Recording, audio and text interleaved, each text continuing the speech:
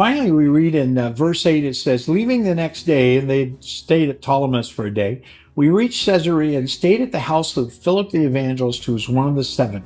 He had 4 unmarried daughters who prophesied. Wow, this guy Philip, remember him from Acts chapter 8? He was one of the 7 leaders that were brought in, probably a Greek-speaking group of people, and he had that amazing encounter where God picked him up and moved him around, and he went to Samaria and he taught the eunuch that was Ethiopian, and he's still serving God. This is like 30 years later. So he's not a young man anymore, and it's interesting to note about that. And it's also interesting to note his daughters are involved here. Now, remember we saw the women involved in the yesterday's message. They're saying goodbye.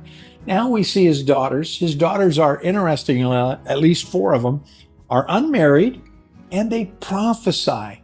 So what do we see going on here? The church keeps on growing, and men like Philip, who have been leaders, continue to be leaders, and the women have also joined in serving.